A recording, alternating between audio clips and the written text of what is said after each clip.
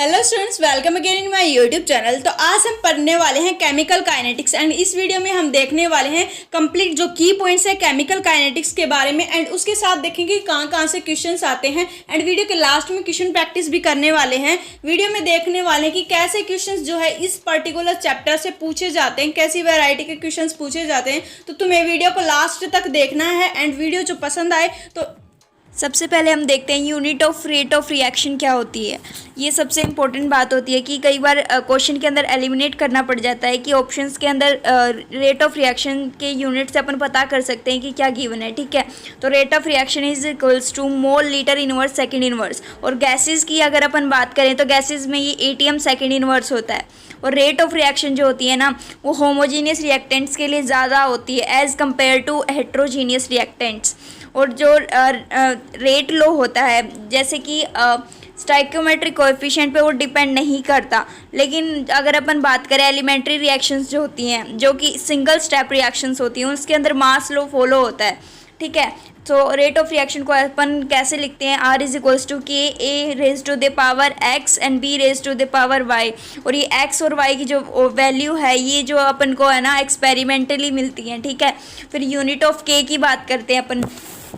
के कांस्टेंट है। ठीक है, इसकी यूनिट जो होती है मोल पर litre raise to the power 1 minus n second inverse होती है। ठीक है, एन जो होता है वो ऑर्डर ऑफ रिएक्शन होता है। कई बार क्वेश्चन में अपन को वैल्यू गिवन होगी और अपन को order of reaction find out करना हो तो अपन इसको फॉर्मूले को अप्लाई करके अपन निकाल सकते हैं कि ऑर्डर ऑफ रिएक्शन क्या होगा। ठीक है, इसको कंपेयर करके। ओके, फिर जीरो ऑर्डर काइनेटिक्स की जो रिएक्शन होती है उसके लिए रेट जो होता है वो के ए नोट टाइम्स होता है। ठीक है, टाइम पे डिपेंड नहीं करता रेट ऑफ रिएक्शन जो होता है जीरो ऑर्डर रिएक्शन का।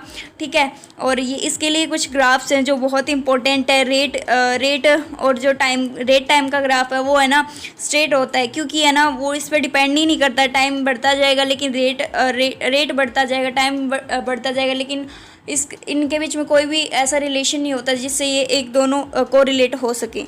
फिर बात करते हैं इसकी हाफ लाइफ की। इसकी हाफ लाइफ जो होती है वो A0/2 के होती है। A0 होती है इनिशियल कॉन्सेंट्रेशन और के होती है अपनी कॉन्स्टेंट जो होता है। ठीक है, इसके अगर अपन एग्जांपल्स की बात करें तो example of zero order kinetics reaction ये फोटोकेमिकल रिएक्शंस के अंदर होता है, ये एंजाइम कैटालाइज रिएक्शन के अंदर होता है और हेबर्स प्रोसेस जो होती है ना वो भी इसका एग्जांपल होती है जीरो ऑर्डर काइनेटिक्स रिएक्शन का।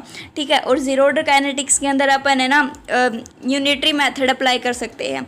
ठीक है, और कई बार है ना ये स्टाइक्योमेट्रिक जो रिएक्टेंट का होगा ना वो चेंज कर देंगे। मतलब ये तो अपन ने पढ़ा सिंगल स्टेप रिएक्शन के लिए, लेकिन अगर अपन को 3 टाइम्स ऑफ रिएक्टेंट गिवन है गिव राइज टू प्रोडक्ट तो वो अपना ये जो फॉर्मूला था ये चेंज हो जाएगा और A is equals to A0 minus 3 KT means K की जगह अपन 3 टाइम्स ऑफ KT के लिख देंगे। ठीक है, फिर अपन पढ़ते हैं कि इसकी हाफ लाइफ क्या होगी जब अपन 3 टाइम्स अगर ले रहे हैं रिएक्टेंट को तो इसकी हाफ लाइफ जो होगी A0/2 2 × 3K हो जाएगी, तो मतलब A0/6 के।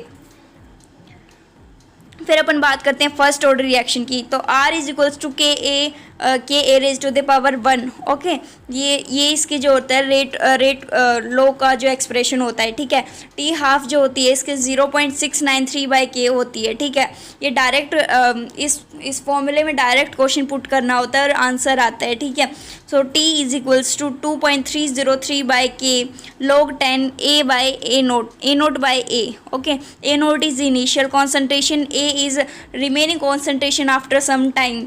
किसी रिएक्शन के अंदर इनिशियल कॉन्सेंट्रेशन होती है और कुछ टाइम के बाद कुछ रिएक्टेंट कंज्यूम हो जाता है और जो उस टाइम पे जो बच जाता है वो उसको अपन बोलते हैं रिमेनिंग कॉन्सेंट्रेशन। ठीक है, सो उसके लिए ये डायरेक्ट फॉर्मूला अपन को अप्लाई करना है। वही अगर अपन इसको log की टर्म्स में लिखना चाहें तो log 10 A is equals to A0 minus KT/2.303। ठीक है, ये ग्राफिकल क्वेश्चन सोल्व करने के लिए काम आता है। ठीक है, उसके बाद अगर अपन बात करें एग्जाम्पल्स क्या है फर्स्ट ऑर्डर रिएक्शन की तो सबसे पहले न्यूक्लियर फिजिक्स में पूरा फर्स्ट ऑर्डर रिएक्शन फॉलो होता है। ठीक है, growth and decay of bacteria and inversion of cane sugar into acidic medium into glucose and fructose that is sucrose जो होती है ना केन शुगर वो एसिडिक मीडियम में ग्लूकोज और फ्रक्टोज में टूट जाती है, वो भी फर्स्ट ऑर्डर काइनेटिक्स रिएक्शन का एग्जाम्पल है।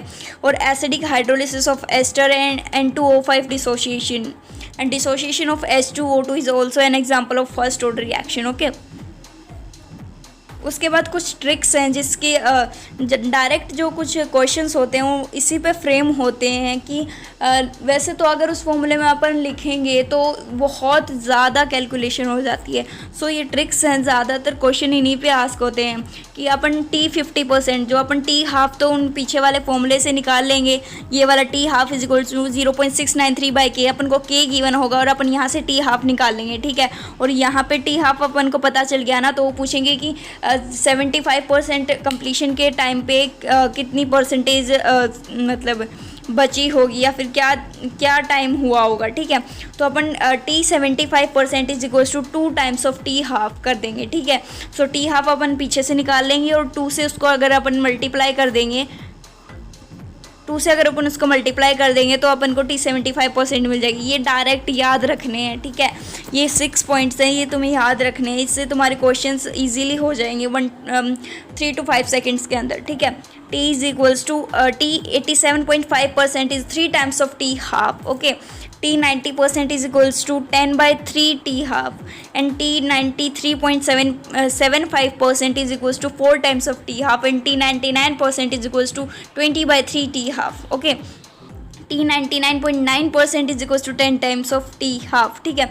अब nth अपन ने पढ़ लिया, फर्स्ट जीरो ऑर्डर के लिए पढ़ लिया और फर्स्ट ऑर्डर के लिए पढ़ लिया।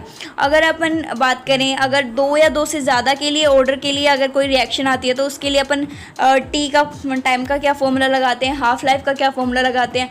सो उन सब के लिए क्या एक कॉमन फॉर्मूला है 2 या 2 से ज़्यादा वाले ऑर्डर रिएक्शन के लिए अपन को सेपरेटली याद रखना है 0 का और 1 का, और उसके आगे तो कॉमन ही है सब में, ठीक है।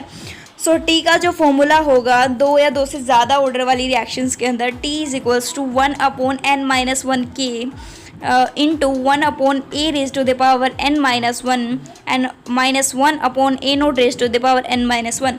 a0 is initial concentration and a is concentration remaining at time t okay. K is constant, n is order of reaction, ठीक है। इससे अपन निकाल सकते हैं। फिर अगर अपन T½ की बात करें तो T½ is equals to 2 raise to the power n-1, n is order of reaction -1/n-1, K is constant, a0 into a0 raise to the power n-1 okay. So direct इसके अंदर वैल्यूज़ गिवन होगी और अपन को put करके answer निकालना है, ठीक है। फिर अगर अपन बात करें इनके ग्राफ्स की तो इनका ग्राफ जो होता है वो मतलब इनके इंटरसेप्ट और स्लोप में होता है, ठीक है। इनका इंटरसेप्ट जो होता है अगर अपन बात करें कि सेकंड ऑर्डर रिएक्शन की बात करें, ठीक है, तो इनके लिए सेकंड ऑर्डर रिएक्शन के लिए जो ग्राफ होगा ना उसका स्लोप होगा K, ठीक है। और वही अगर इसका इंटरसेप्ट की बात करें, इंटरसेप्ट होगा 1/a0, ठीक है ओके। फिर अपन बात करते हैं कि एक डायरेक्ट रिलेशन होता है कि फॉर एनी n कोई भी n होता है, अगर कोई भी ऑर्डर ऑफ रिएक्शन होता है 0, 1, 2, 3 जो भी होता है उसके लिए हाफ लाइफ जो होती है ना, half life is directly proportional to a0 raise to the power 1-n, ठीक है। a0 is initial concentration, 1-n is order of reaction, ठीक है। ये है ना बहुत इंपॉर्टेंट रिलेशन है, ये बहुत सारे न्यूमेरिकल सोल्व करने में काम आता है, ठीक है। सो कोई भी 2 अपन को चीज़ें दे देंगे और उनके बीच में रिलेट करने के लिए एक का T½ देंगे और एक का नहीं देंगे, और इनिशियल कॉन्सेंट्रेशन दे देंगे और फाइनल कॉन्सेंट्रेशन दे देंगे, तो अपन को अगली चीज़ निकालोगे तो अपन इस रिलेशन को यूज़ कर सकते हैं कि फर्स्ट का T½ अपॉन सेकेंड का T½ is equals to a1 divided by a2 initial concentration of 1 upon initial concentration of 2 raise to the power 1-n okay. फिर अपन बात करते हैं मोलिकुलैरिटी जो होती है। सो मोलिकुलैरिटी जो होती है वो ज़्यादातर ऑर्डर ऑफ रिएक्शन के इक्वल होती है, लेकिन है ना शूडो ऑर्डर रिएक्शंस ऐसे होते हैं जिनके अंदर है ना मोलिकुलैरिटी जो होती है वो order molecularity is equals to order +1 होती है, ठीक है। वही अगर अपन बात करें एग्जाम्पल यहाँ पे लिख रखा है कि CH3COO C2H5 प्लस H2O अगर अपन एक्सेस में लेते हैं, H2O एक्सेस में लेते हैं तो CH3COH प्लस C2H5 होता है, उसके लिए ऑर्डर 1 होता है, मोलिकुलैरिटी 2 होता है, ठीक है। Accurate dependency of K on T, ठीक है। वैसे अपन देखते हैं कि K और T टाइम के बीच में क्या रिलेशन होता है, ठीक है। अब अपन देखते हैं कि एक्यूरेट डिपेंडेंसी क्या होती है, के और टी के बीच में रिलेशन क्या होता है। टी जो होता है वो टेम्परेचर होता है, के होता है वो कांस्टेंट होता है, ठीक है। So k is equals to A into e raise to the power minus E a by R T. E a जो होता है ना, वो ई ए जो होता है वो एक्टिविटी होती है, ठीक है। और आर जो होता है वो यूनिवर्सल गैस कांस्टेंट होता है, और टी जो होता है वो टेम्परेचर होता है, और ए जो होता है वो प्री एक्सपोनेंशियल फैक्टर होता है, इसको अपन अरेनियस कांस्टेंट भी बोलते हैं, ठीक है। और के और टी के बीच में रिलेशन ग्राफ जो होता है ना, वो कुछ ऐसा दिखाई देता है, तुम्हें दिखाई दे रहा होगा, ठीक है। And k is equals to A e raise to the power minus E a by R T. अपन इस रिलेशन को यहाँ पे यूज़ कर सकते हैं, ठीक है। फिर अपन देखते हैं कि हीट ऑफ जो डेल्टा चेंज क्या होता है किसी भी रिएक्शन के अंदर, ठीक है। तो डेल्टा चेंज ऑफ हीट जो होता है वो is equals to E A forward minus E A backward होता है, ठीक है। ई ए का मतलब होता है कि एक्टिवेशन एनर्जी, फॉरवर्ड डायरेक्शन में जो एक्टिवेशन एनर्जी है माइनस बैकवर्ड डायरेक्शन में जो एक्टिवेशन एनर्जी है, उसको अपन चेंज इन हीट बोलते हैं, ठीक है। चेंज इन एंथैल्पी बोलते हैं। Where delta H is equals to H of P minus H of R, okay. मतलब प्रोडक्ट का इंथैल्पी माइनस रिएक्टेंट की इंथैल्पी, ठीक है। अगर अपन को इन्हीं से क्वेश्चन सोल्व नहीं हो रहा तो अपन एक रिलेशन और यूज़ कर सकते हैं, ठीक है। अगर अपन को स्पेसिफाइड नहीं है कि मतलब कौन सी डायरेक्शन में गिवन है कि ये फॉरवर्ड की है या बैकवर्ड की है, तो अपन इसको अपन फॉरवर्ड ही अज्यूम करके चलेंगे, ठीक है। Ratio of two rate constant at two different temperature. कोई भी दो रेट कांस्टेंट है, उनका दो अलग अलग टेम्परेचर पे क्या रेशियो होगा, ठीक है। log K2 by K1 is equals to EA by 2.303 R into T2 minus T1 upon T1 T2, ठीक है। ये डायरेक्ट रिलेशन होता है जो क्वेश्चंस के अंदर यूज़ करना होता है, ठीक है। नेक्स्ट अपन देखते हैं कि जो यहाँ पे फर्स्ट ऑर्डर रिएक्शन जो होते हैं, नहीं कुछ ऐसी जो रिएक्शंस होती हैं जो अरेनियस इक्वेशन को फॉलो नहीं करती, ठीक है। उसका एक्सेप्शन है जैसे कि bacterial decomposition, oxidation of NO and explosive, ये बहुत ही कम पूछे जाते हैं, ठीक है। फिर टेम्परेचर कोएफिशिएंट जो होता है ना, जो म्यू होता है, अपन बोलते हैं कि normally every 10 degree rise in temperature leads to 2 to 3 mu, ठीक है, टेम्परेचर कोएफिशिएंट।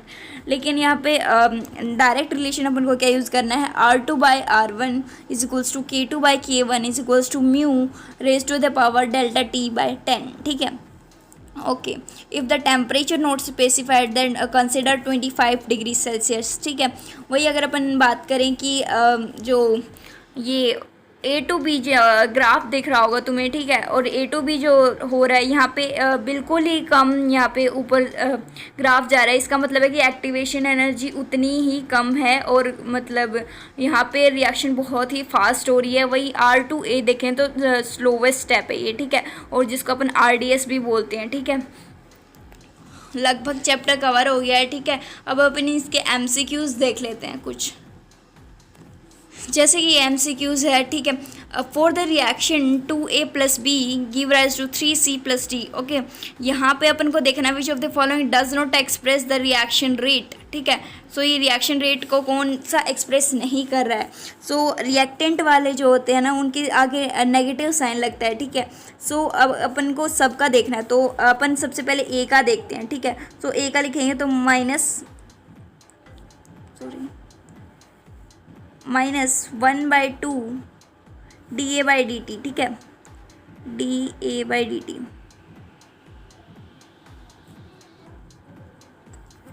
सो ये तो सही है, अपन को गलत बताना है, ठीक है।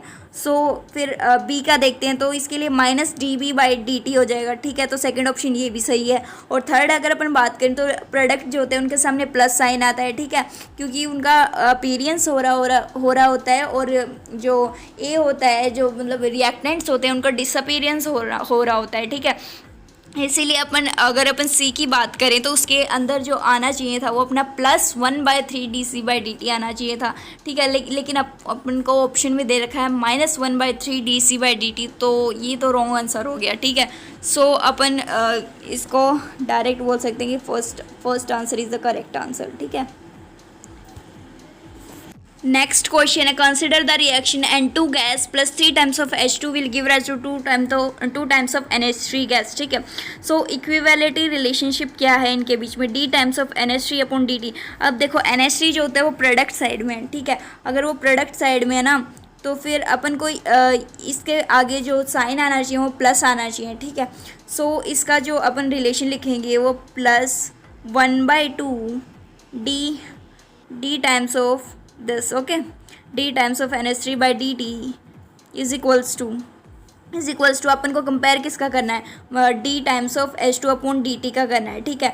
सो ये क्या हो जाएगा अपना -1/3 D times of H2 upon DT, okay. सो ये हो जाएगा और जब ये उधर जाएगा तो 2/3 हो जाएगा, ठीक है। और फिर अपन देख सकते हैं कि आंसर नंबर अपना कौन सा सही है, सेकंड इज करेक्ट ऑप्शन, ठीक है। अगला क्वेश्चन है कि विच of the following statement for order of reaction is incorrect. कौन सी ऑर्डर ऑफ रिएक्शन जो होती है वो इनकरेक्ट होता है। Order can be determine only experimentally, yes, ये सिर्फ एक्सपेरिमेंट से पता चलता है अपन को, ठीक है। Order is not influenced by stoichiometric coefficient of the reactant, नहीं, कभी कभी इन्फ्लुएंस कर देता है, ठीक है। Order of reaction is the sum of the power to the concentration terms of the reactant to express the rate of reaction, ये भी सही बात है, ठीक है। लेकिन order of reaction is always whole number, तो ये तो गलत बात है क्योंकि ऑर्डर ऑफ रिएक्शन हमेशा होल नंबर नहीं होती है, ठीक है। ये फ्रैक्शनल भी हो सकती है, तो option number 4 is correct answer, ठीक है। नेक्स्ट क्वेश्चन है, energy of activation of forward reaction for endothermic process is 50 kilo joule, ठीक है। डेल्टा एच अपन एक रिलेशन पढ़ा था कि delta H is equals to E of forward minus E of backward, ठीक है। E of forward minus E of backward. So अपन को डेल्टा एच की वैल्यू गिवन है 50, ओके। और अपन बोल रहे हैं enthalpy change, forward reaction, so this is given 50, okay, and this is given 20 minus E b, okay. सो ये उधर मूव करेगा तो ये क्या हो जाएगा, 50 minus 20 is 30, okay. So answer is a. तुम्हें इस पर्टिकुलर चैप्टर के कुछ MCQs जो है प्रैक्टिस कर लेने हैं। एंड अगर तुम्हें ये वीडियो अच्छी लगी हो तो वीडियो को लाइक कर देना है। एंड ऐसी ही अच्छी वीडियोस पाने के लिए हमारे चैनल को सब्सक्राइब कर देना है। मिलते हैं नेक्स्ट वीडियो में, तब तक के लिए बाय बाय।